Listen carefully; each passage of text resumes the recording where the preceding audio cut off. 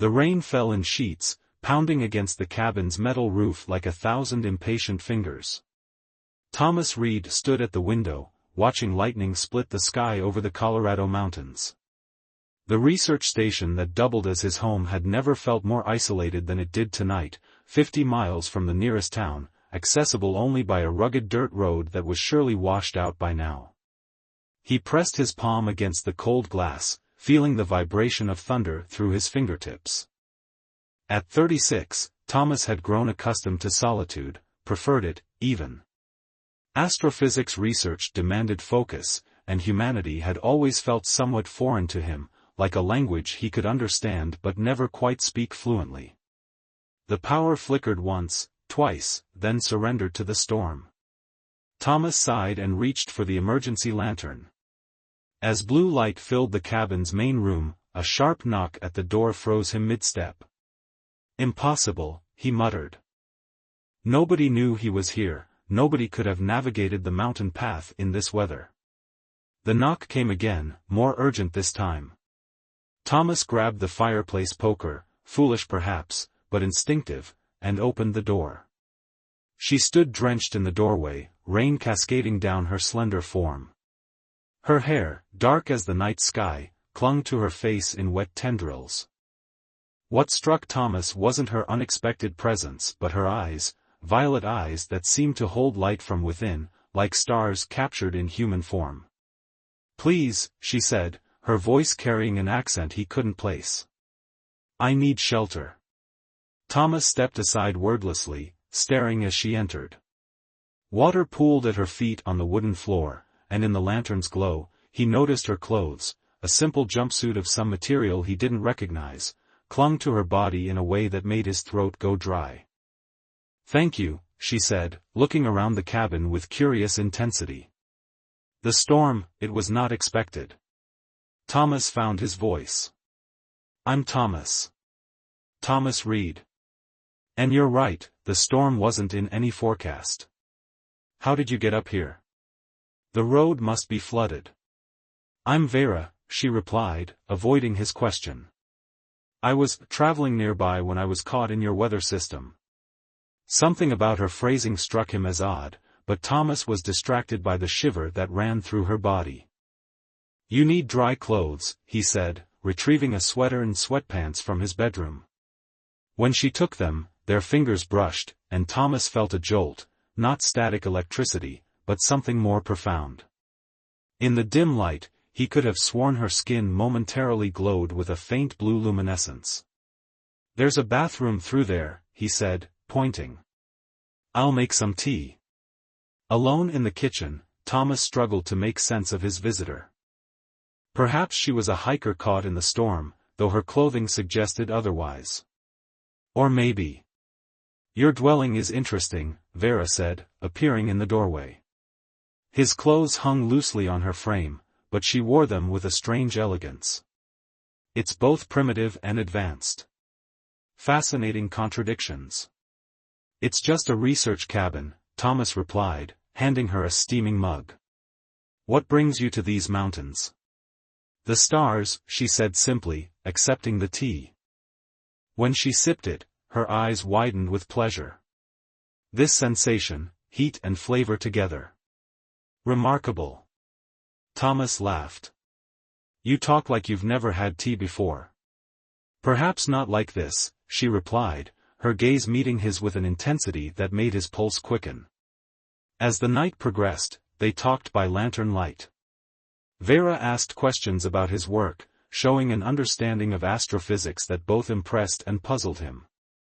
She spoke of distant galaxies as if she'd seen them up close, described stellar phenomena with intimate familiarity.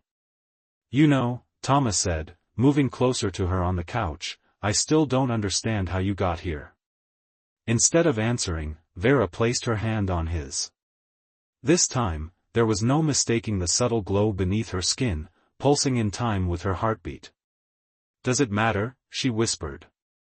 Her lips found his in the darkness, tasting of tea and something else, something sweet and foreign.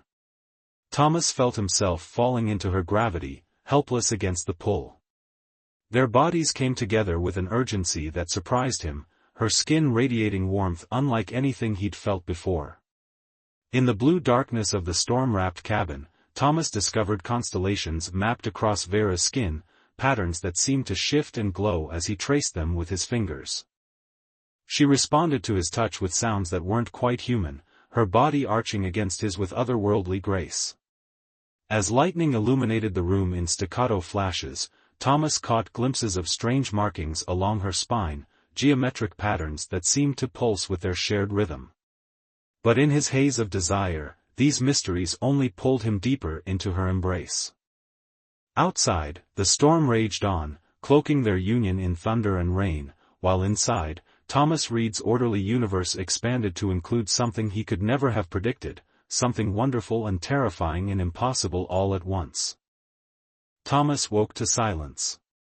The storm had passed, leaving behind a pristine morning sky and an empty space beside him in bed. He called Vera's name, his voice echoing through the cabin. Nothing remained of her except the faint scent of ozone and stardust on his sheets. For days, he searched the surrounding wilderness, looking for any sign of her. He checked hospitals in nearby towns, called park rangers, even filed a missing person report. No one had seen a woman matching her description. It was as if Vera had simply evaporated with the storm clouds. As weeks turned to months, Thomas tried to convince himself that the encounter had been nothing more than a vivid dream, a hallucination born from too many sleepless nights studying cosmic anomalies. But the memory of her luminescent skin under his fingers remained too real, too tangible to dismiss. 96 days after the storm, Thomas had been counting, a package arrived at the research station. No postmark, no return address. Inside was a small device no larger than a river stone, smooth and metallic. When Thomas touched it, it projected a three-dimensional image of Vera into the center of his living room. Thomas Reed, her holographic form said, violet eyes as intense as he remembered. I had hoped to never make this communication, but circumstances have forced my hand. Thomas reached toward the image, his fingers passing through the light. Where are you? He whispered, though he knew the recording couldn't respond. I am carrying your child, Vera continued, her hand moving to rest on her abdomen, which showed a slight swell. This is unprecedented in the history of both our species. A hybrid conception should not have been possible. Thomas sank into a chair, the world tilting beneath him. Species. The word hung in the air like a confession. I am not human, Thomas. My people have been studying Earth for centuries, observing from a distance. We are star travelers, cartographers of consciousness. Our directive forbids intimate contact with subjects of study. What happened between us was. Her image flickered, not planned. The hologram showed data streams that Thomas recognized as DNA sequencing.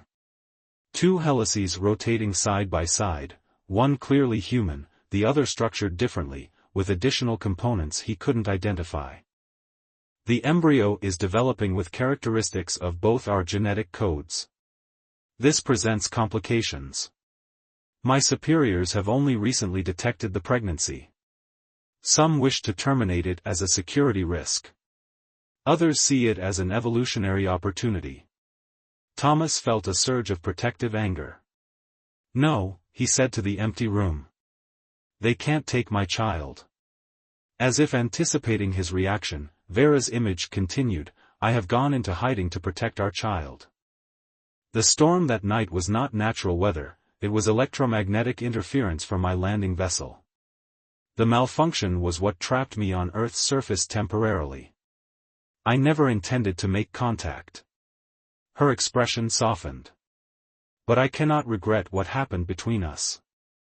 There was something genuine in our connection, something neither of our sciences can fully explain.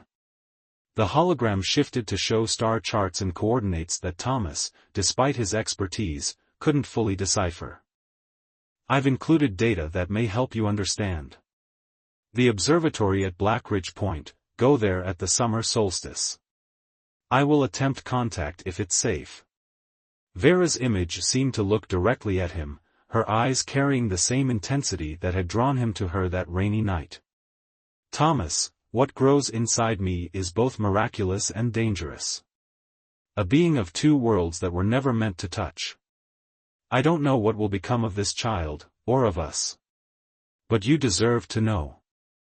Before the hologram faded, Vera placed her palm outward, as if pressing it against an invisible barrier between them. "The others are coming. I must go." The projection vanished, leaving Thomas alone in the silent cabin, the alien device cool in his trembling hand. Outside, the stars were emerging in the twilight sky, countless worlds he had studied his entire life, never imagining that one day, they would be studying him back.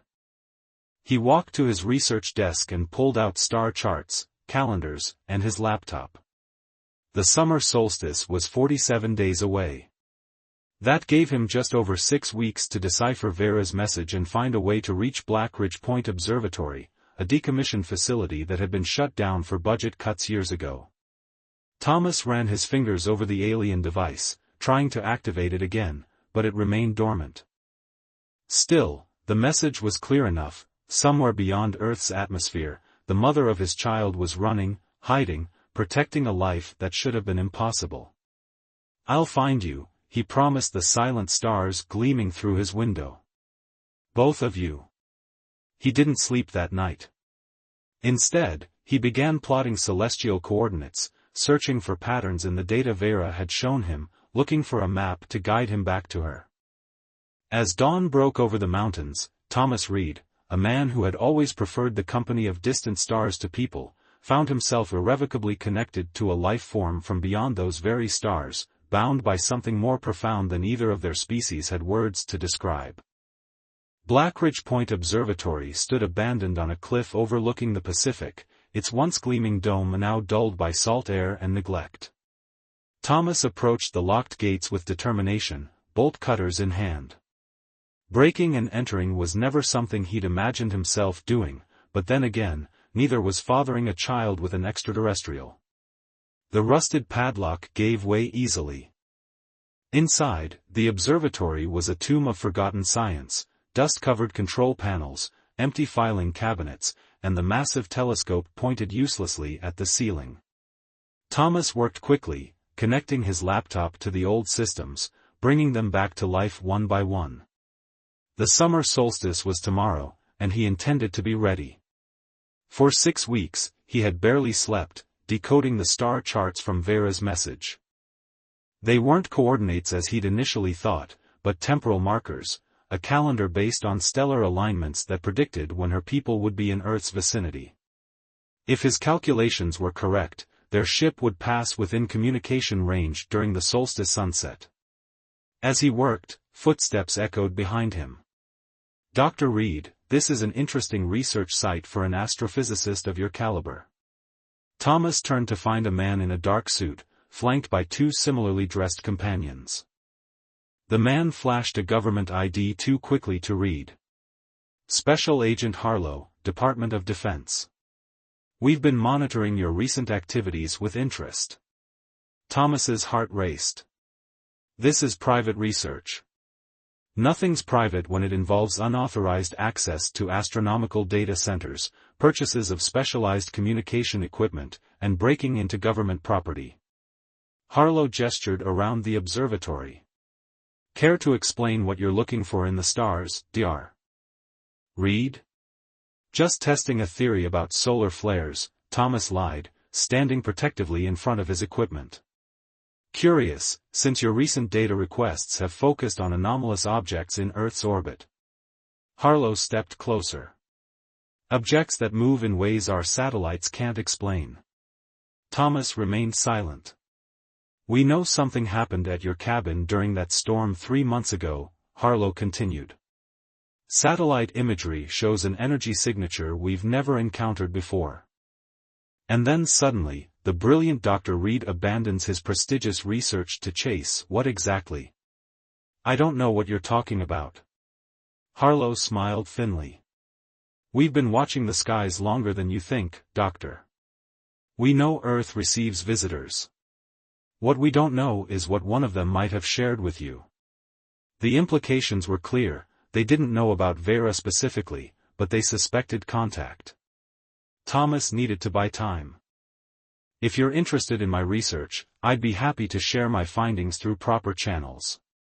But right now, I need to complete this observation alone. Harlow seemed to consider this. You have until tomorrow morning to voluntarily come to our facility for debriefing. After that, things become less collegial. With that, the agents departed, leaving Thomas shaken. He worked through the night, aligning the old telescope with trembling hands. The communication array he'd built was crude by his standards, but it would have to suffice. As dawn broke, he transmitted the signal Vera's data had outlined, a specific pattern of pulses that should be recognizable to her people. Hours passed with no response. Thomas fought exhaustion, checking and rechecking his equipment. Had he misinterpreted the data? Was Harlow's team intercepting his transmission? The solstice sun climbed toward its zenith, then began its slow descent toward the horizon. At sunset, when Thomas had nearly lost hope, the observatory systems suddenly activated on their own. Screens lit up with scrolling symbols he didn't recognize. The telescope moved autonomously, tracking something invisible to the naked eye. A voice emanated from his speakers, distorted but unmistakably Vera's. "Thomas? Your signal was detected." "Vera," he cried. "Are you all right?" "The baby."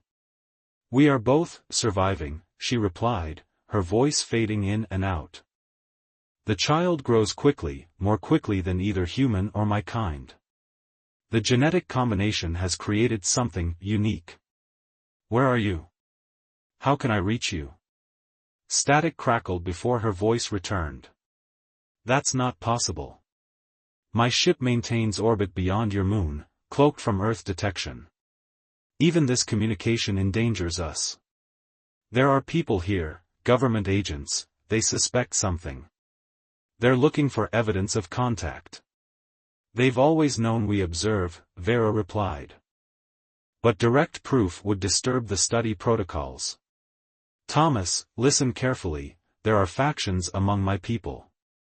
Some see our child as an abomination, others as a breakthrough. The council is divided." The connection crackled. Thomas frantically adjusted controls. "Vera, I need to see you. Both of you." "Impossible. The pregnancy, it's changing me. My biology is adapting to support the hybrid physiology. I cannot return to Earth's atmosphere in this condition." "Then let me come to you," Thomas pleaded. A long pause followed. "There may be a way," she finally said. 3 lunar cycles from now, our research vessel will enter lower orbit to collect atmospheric samples. It's our standard protocol, performed when your tracking systems are focused elsewhere." The transmission suddenly cut out, then returned with increased interference. "Being traced, must disconnect, northern lights, follow." The connection dissolved into static. Thomas slammed his fist on the console in frustration. Northern lights? Was that a clue to their next potential meeting point? He hurriedly packed his equipment as the observatory fell dark again. Outside, headlights appeared on the access road. Harlow was done waiting. Thomas slipped out a back entrance, clambering down the cliff face to where he'd hidden a second vehicle. As he drove away, he caught sight of dark SUVs converging on the observatory. 3 lunar cycles. Approximately 3 months to decipher Vera's final message and evade government agents who now surely considered him a security threat. 3 months to find a way to reach the woman carrying his impossible child, a child that was apparently developing in ways neither of their species had anticipated. In his rearview mirror, the abandoned observatory was now swarming with agents. Thomas pressed the accelerator, heading north. If northern lights were indeed a clue, he needed to get to higher latitudes, Alaska, perhaps, or northern Canada. Places where the aurora borealis would be visible when Vera's ship returned. As he drove through the night, Thomas thought about what Harlow had said. The government had been watching the skies, aware of visitors for longer than the public knew. How many other encounters had there been? How many other humans had found themselves caught between worlds like this? For the first time in his life, Thomas Reed, a man who had devoted himself to the cold equations of distant stars, found himself driven by something far more primal, the need to protect his family, however unconventional it might be. The aurora borealis danced across the Alaskan sky, ribbons of green and purple undulating like cosmic veils. Thomas stood on the frozen shore of Lake Eklutna, 70 miles from Anchorage and as far from civilization as he could manage. According to his calculations, tonight was when Vera's ship would enter Earth's lower atmosphere, exactly 3 lunar cycles since their last communication. The temperature had plummeted to 20 below zero, but Thomas barely noticed the cold. His attention was fixed on the specialized equipment he'd assembled, a makeshift array of receivers and transmitters cobbled together from components purchased anonymously across 3 different states. For 2 months, he had lived like a fugitive, using cash, staying in remote cabins, and constantly checking for surveillance. His breath frosted in the air as he calibrated the final settings. The northern lights intensified overhead, their patterns shifting in ways that seemed almost deliberate. Thomas had studied enough atmospheric phenomena to know this wasn't typical aurora behavior. A twig snapped behind him. Thomas whirled around to find Harlow and 4 armed agents emerging from the tree line. "Impressive setup, Dr. Reed," Harlow said, his breath clouding in the frigid air. "Your determination to reach them is commendable, if misguided." Thomas positioned himself between the agents and his equipment. "How did you find me?" "We've been tracking your purchases. Not many people buy specialized frequency modulators and quantum field stabilizers." Harlow gestured to the sky. "Tonight's atmospheric disturbance is quite remarkable, isn't it? Almost as if something is using the electromagnetic interference as cover." "I don't know what you're talking about," Thomas said. "I think you do." Harlow stepped closer. "Dr. Reed, whatever you believe about these visitors, you need to understand something. They're not here as friends. They're studying us. Like specimens." Thomas tensed. "And what do you want with them?" "Their technology, of course. Propulsion systems that can cross interstellar space. Energy sources beyond our comprehension. Weapons." Harlow's eyes gleamed. "Think of what we could learn, what we could develop. They won't share their technology. Especially not for weapons." "Then we'll take it," Harlow said simply. "Starting with your communication array. And you're going to help us establish contact." Thomas laughed bitterly. "Or what? You'll arrest me? On what charges?" "Espionage would do nicely. Treason, perhaps."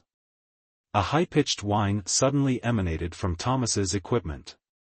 The displays lit up with readings off the charts. Above them, the aurora intensified dramatically, swirling into a vortex of light. "They're here," Thomas whispered. Harlow barked orders into his radio. "All units, prepare for potential contact. Activate the containment protocols." Thomas realized with horror that they'd come prepared to capture Vera or any other visitor. "You don't understand what you're dealing with." "Oh, but we do," Harlow countered. "We've recovered crash debris before. We've even examined bodies. But never a live specimen." He nodded to his men, who began setting up what looked like specialized nets and electromagnetic pulse generators. The whine from Thomas's equipment crescendoed. The aurora overhead coalesced into a tight spiral, and through it, a shape began to materialize, a sleek vessel resembling a teardrop, its surface shifting with the same luminescence Thomas had seen on Vera's skin. "Hold your positions," Harlow shouted as his men raised weapons toward the descending craft. Without thinking, Thomas tackled the nearest agent, sending them both tumbling into the snow. The man's weapon discharged harmlessly into the air. Chaos erupted as Thomas scrambled to his feet, racing toward his equipment. The ship now hovered 20 feet above the frozen lake, its surface rippling like liquid metal. A beam of light shot from its underside, scanning the shoreline. When it passed over Thomas, it paused. "Vera!" Thomas shouted up at the ship. "They're trying to capture you. Go back." The scanning beam intensified, enveloping Thomas in prismatic light. He felt a strange tingling sensation throughout his body, as if every cell was being individually examined. Harlow's men surrounded Thomas, weapons aimed at both him and the ship. "Stand down, Doctor," Harlow commanded. "This is now a national security operation." The beam abruptly shifted, sweeping over the armed agents. Their weapons inexplicably disassembled in their hands, components falling harmlessly to the snow. The men backed away in confusion and fear. A voice resonated directly inside Thomas's mind, Vera's voice, but somehow different, layered with harmonics he couldn't comprehend. "Thomas Reed.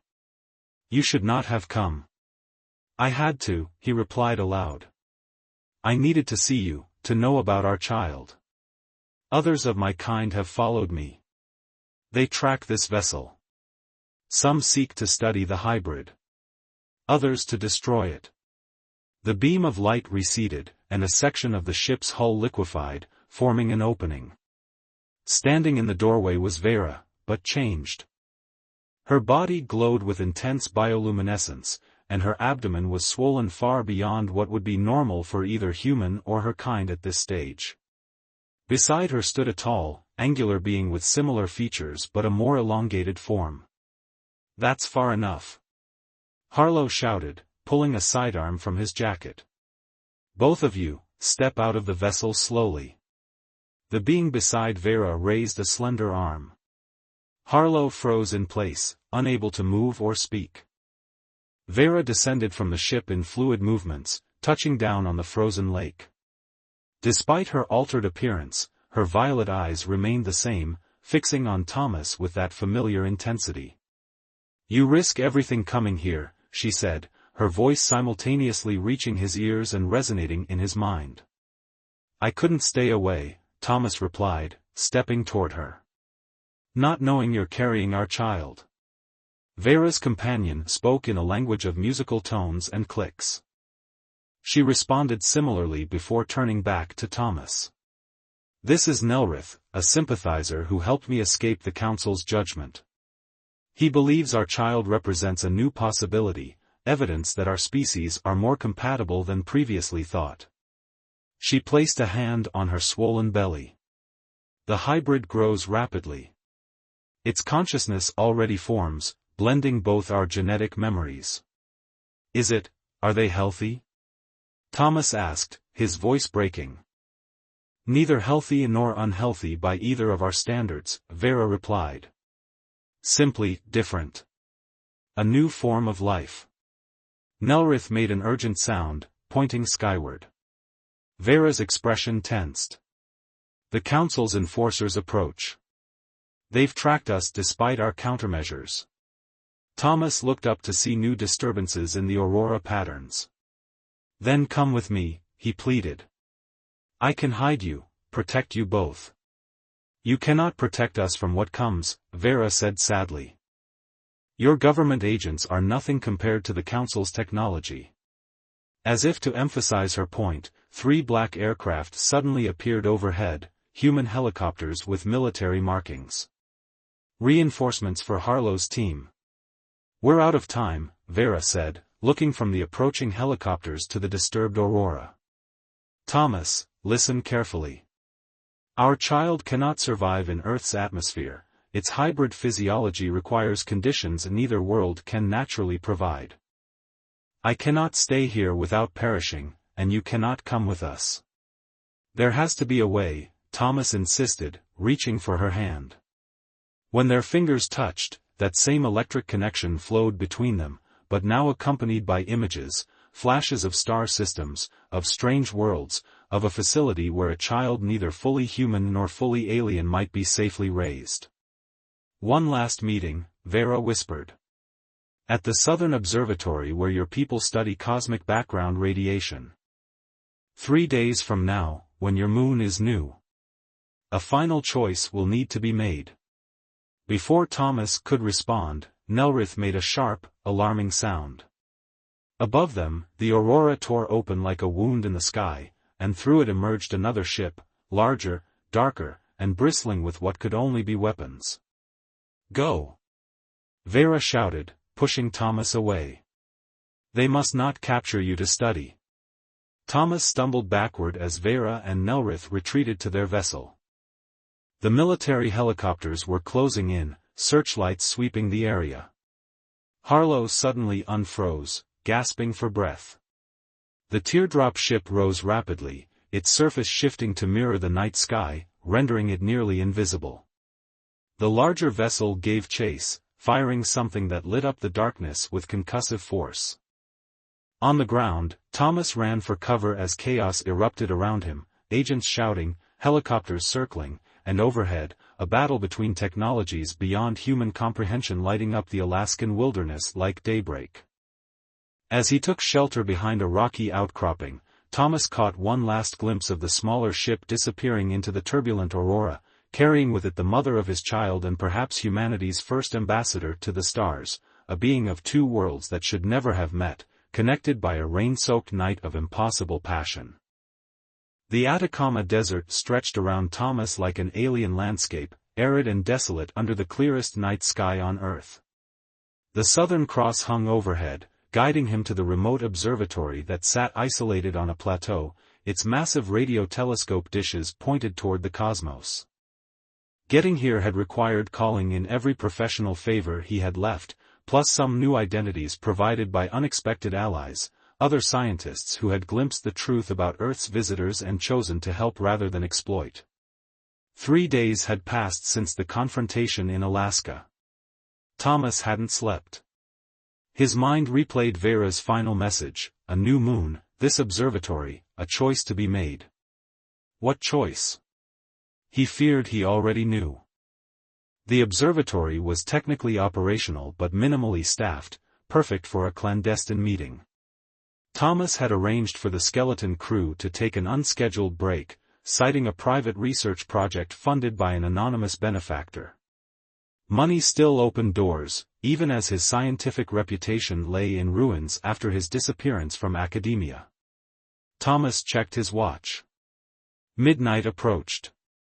The new moon left the sky utterly dark, the Milky Way sprawling overhead in breathtaking clarity. He sat at the control console, monitoring the same frequencies that had connected him to Vera in Alaska. Nothing yet. A soft hum began to emanate from the largest radio dish outside. The monitoring equipment registered an anomalous signal, not from deep space, but from directly above the observatory. Thomas rushed outside, his heart pounding. There, descending in perfect silence, was Vera's ship, the teardrop vessel now bearing scorch marks and damage from the Alaskan confrontation. It settled on the desert floor, kicking up minimal dust despite its size. The hull rippled and an opening formed, spilling soft blue light onto the red earth. Vera emerged alone, her transformation even more pronounced. Her body seemed to phase between solidity and translucence, her pregnant belly now glowing with a pulsating light that shifted through spectral colors. She moved with difficulty, each step appearing to cause pain. Vera, Thomas whispered, rushing to her side. Thomas Reed, she replied, her voice simultaneously audible and telepathic. You came despite the danger. Where's Nelrith? Are you being followed? Nelrith sacrificed himself to delay the Council's enforcers. Her eyes reflected starlight with unnatural brilliance. We have very little time. The child comes soon. Thomas helped her to a bench outside the observatory. What happened after Alaska? We fled through dimensional barriers, spaces your science has yet to comprehend. The Council's ship pursued. Vera placed her hand over his. Thomas, our child's unique genetics have accelerated. A gestation that should take cycles will complete tonight. Here. Now. Thomas looked around the deserted observatory in panic. We need medical equipment, doctors. No human medicine could help, Vera interrupted. The birth will not be physical as you understand it. She guided his hand to her abdomen, where he felt movement unlike anything human, patterns of energy rather than the kick of tiny limbs. Our child exists partially in dimensions beyond your perception, she explained. Its consciousness forms bridges between realities. This is why both our peoples fear it, and why some worship it as evolutionary advancement. Thomas struggled to comprehend. What will happen when it's born? That depends on the choice before us. Vera's face contorted with pain. The council has decreed that the child must be surrendered for study. They would dissect its mind, its abilities. My faction believes it should develop freely, as ambassador between worlds. And what do you want? Thomas asked. I want what any mother wants, my child's safety and happiness. Tears like liquid starlight slid down her cheeks. But there is no place in this universe where that is guaranteed. Not Earth, not my homeworld. The desert air suddenly grew heavier, charged with potential. Above them, the stars seemed to blur, their light stretching toward the observatory. They've found us, Vera gasped. The council comes. The sky appeared to fold inward, revealing darkness deeper than night. Thomas recognized it from Alaska, the arrival of a larger vessel. We must decide now, Vera said urgently. I can leave with our child, keeping it from both human authorities and my council. We would live as nomads between stars, always hunted. Or? Thomas prompted, knowing there was more. Or I can take you with us, she whispered. But the adaptation process would change you irrevocably. You would no longer be human, Thomas. You would never see Earth again. Thomas's mind reeled. Leave everything, his world, his species, his identity, to be with his family? There is a third option, Vera continued, her voice breaking. I deliver the child here, now.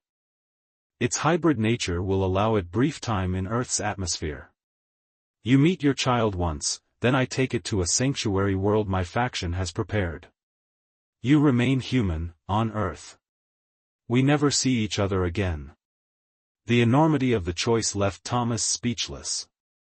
Above them, the darkness in the sky expanded, revealing edges of a massive ship beginning to descend. Time has run out, Vera said, doubling over in pain. Choose, Thomas Reed. Quickly. Thomas closed his eyes, his mind filled with impossible visions, life among the stars, forever altered, life on Earth, forever alone with the memory of what he'd lost, one brief moment with a child he would never know. Let me see our child, he finally said, his voice thick with emotion. Let me meet them once. Vera nodded, tears flowing freely now. A father's choice, she whispered. Sacrifice for the child's future. She guided him inside the observatory, away from the descending council ship. In the control room, she lay on the floor as her body began to emit waves of light that distorted the air around them. What's happening? Thomas asked, kneeling beside her. Birth, she gasped. Stand back. Dimensional shifts can harm human physiology. Thomas retreated to the edge of the room as Vera's form seemed to expand and contract simultaneously, occupying multiple spaces at once. The room filled with harmonic tones that resonated at frequencies that made his teeth ache and his vision blur. Then, suddenly, silence. Where there had been chaotic energy, now there was a small sphere of gentle light hovering above Vera's exhausted form. The sphere pulsed with a rhythm that somehow reminded Thomas of his own heartbeat. Our child, Vera whispered. Not body as you understand it, but consciousness with potential for physical form later. They will choose their manifestation when ready. The sphere drifted toward Thomas, stopping before his face. Within its glow, he could almost perceive features, eyes that might have been his own, structures that echoed Vera's elegant form, all wrapped in potential rather than actuality. "Hello," Thomas whispered, tears streaming down his face. "I'm your father." The sphere pulsed brighter in response. Thomas felt a touch on his mind, not words, but emotions, curiosity, recognition, love in its most primal form. "They know you," Vera said, struggling to her feet. "They will always know you," Thomas read, "even across the void between stars." A violent tremor shook the observatory. Outside, the sound of energy weapons discharging split the night. "The Council's enforcers," Vera said. "And your government forces as well. Both converging." She gestured, and a small device materialized in her hand, similar to the one that had delivered her message months ago, but more complex. "Take this," she said, pressing it into Thomas's palm. "It contains images, data, everything about our child's development. Their first manifestation in physical form. Their first words. It will update across quantum entanglement. You will know them, even separated by galaxies." "Will I ever see you again?" Thomas asked, though he already knew the answer. Vera touched his face one last time. "No. The passage between our worlds must be sealed to protect the child. The Council must believe both you and the child perished here tonight." The sphere, their child, drifted back to Vera, nestling against her. She backed toward the door, her form beginning to shimmer. "Remember the rain," she said softly. "Remember the night the impossible happened." "I love you," Thomas said, the words inadequate for everything he felt. "And I you," Thomas read. "A sentiment my people have no word for, yet I feel it completely." Vera's form grew transparent. "Now run. Live. Tell no one what you've seen." Another explosion rocked the building. Thomas stumbled, and when he looked up, Vera and the glowing sphere, his child, were gone. Through the window, he caught a glimpse of the teardrop ship rising rapidly, pursued by dark projectiles from the Council vessel. Thomas clutched the device to his chest and ran. Behind him, the observatory erupted in blue flame as weapons fire from above struck its dome. He dove behind a rocky outcropping as helicopters appeared on the horizon, human forces, too late again. The sky above the desert lit up with energies beyond human comprehension as the two alien vessels engaged in battle. Thomas watched, heart in his throat, as Vera's smaller ship twisted through impossible maneuvers, evading capture. Then, with a flash that momentarily outshone the stars themselves, both ships vanished, not destroyed, but passing beyond some barrier in spacetime that human eyes couldn't perceive. They were gone. Both of them. Forever. Thomas sat alone in the desert, cradling the small device, his only connection to a family that would grow and develop beyond the stars. Around him, the night returned to stillness, the Milky Way overhead indifferent to the drama that had played out beneath it. Eventually, he stood and began walking away from the burning observatory, away from the approaching helicopters, into the vastness of the desert. The device in his hand hummed softly, already receiving its first transmission, an image of the glowing sphere nestled in some kind of incubation chamber aboard Vera's ship. Thomas Reed, once a man of science who believed only in what could be measured and quantified, now found himself the father of a being beyond comprehension, a bridge between worlds that would never meet again. As he walked under the canopy of stars, he wondered which of them might be witnessing his child's first moments of true freedom, and whether someday, centuries from now, their descendants might find a way to bridge the gulf their parents had been forced to create. But that hope, like the child itself, existed beyond the horizon of his lifetime. All Thomas had now were memories of a rainy night when the impossible had happened, and the small device that would show him glimpses of a future he could never touch. Behind him, the observatory burned like a funeral pyre against the desert night. Ahead, only uncertainty. And above, the endless stars, now forever different in his eyes, knowing his child was among them, carrying a piece of Earth, a piece of humanity, a piece of Thomas Reed into the cosmos.